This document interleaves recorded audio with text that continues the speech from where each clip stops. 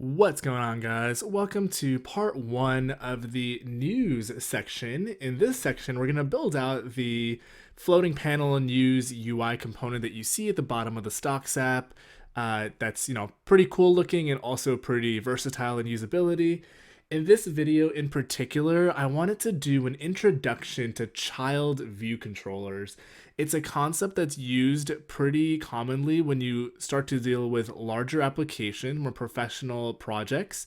It helps with modularity of your design, and it's pretty easy in terms of a concept, but a lot of people just don't explain it. So let's jump right in. I'm going to open up my controllers folder, and we're going to jump into the watch list view controller.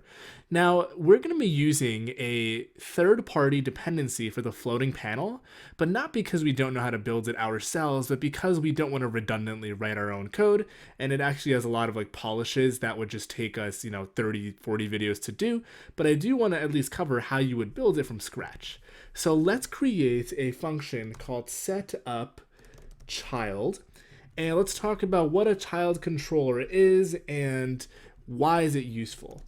So if you think about a floating panel, whether it's in the News app or the Stocks app or Apple's own Maps app, what it's basically doing is it's showing a view hovering over this view and is controlled by a different controller. So let's do an example, and I think it'll be easier to understand. So we're going to create a new file here, and it's going to be a Cocoa Touch class, and maybe I'll go ahead and call it a panel view controller.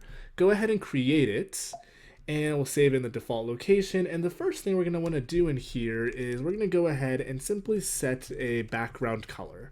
So we'll go ahead and say the background color maybe is a system blue color. Now, how do we get this controller to show up in line on top of this watchlist controller without presenting it? This is where we get into child controllers. So in this function here, I'm going to create an instance of this panel controller, and I am going to grab its view. And before I actually do that, I'm going to say add child. We're going to pass in the VC. We're adding a child to this controller, which is watchlist. We're going to say VC did move to parent, which is self. And in the middle here, all I'm going to say is view add subview vc.view. So go ahead and give that a run, and let's see what it actually manifests to. What you'll notice is we don't actually see our watchlist controller now, so what the heck is going on? Basically, the blue panel controller is now a child of this watchlist, but we need to set its frame. So let's go ahead and do that. We're going to say vc.view.frame is cgrect. Now I'm not going to mess with the width. It'll still be view.width. This will still be view.height.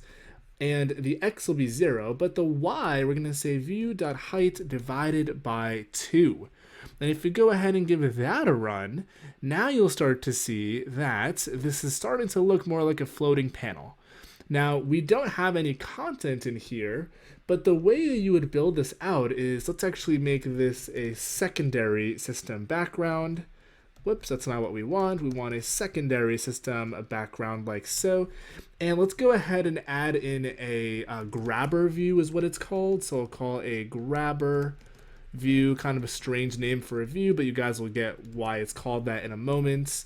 We'll make its background color the label color, and we'll say view.addSubview grabber view. Let me give this a frame as well. This will be 0. Maybe we'll make this 0, 100, and maybe 10. And essentially what we want to do here is we want to center this guy. So we're going to say CG point. X is going to be view.center.x, and Y is simply going to be maybe 5. So we'll go ahead and give this a run, and now you'll see that little white bar, hopefully in the middle of our panel here, just like that, and you can presumably grab it and drag. Now, how would the drag functionality work? The drag functionality, you would use something like a UI swipe gesture or a pan gesture, but the thing that I'd like us to continue to focus on here is the fact that we've added this panel controller as a child and its view as a child to the watch list. So they're managed by different objects, but visually one would think that it's a part of the same screen and same view, which, because it visually is, right? But the important piece to take away here is that the panel controller is completely independent of the particular parent that it's a part of here. So that's the premise of how this panel works. Now, there's a couple of different ways you can continue to build this out. You can use a pan gesture, you can use a custom presentation controller, and it's particularly straightforward. However, polishing out the niceties. So let's say if you had a table view in here and you wanted to have it pull down the panel as you scroll, or you wanted different positions like halfway, 1/3, full, you got to build all that out separately. And now that you guys have hopefully a solid understanding of how this works, these panel and child controller components, we're going to bring in either the next or the following video a floating panel, which uses the exact same mechanism under the hood, and we're going to leverage the floating panel from there because we don't want to redundantly write code, but we definitely do want to understand the code that we are writing. So I'm going to go ahead and delete that controller. We'll delete this file here as well, and we'll delete this setup child here. So that is a child controller in a nutshell. Hopefully that all made sense. I'll catch you guys in the next part.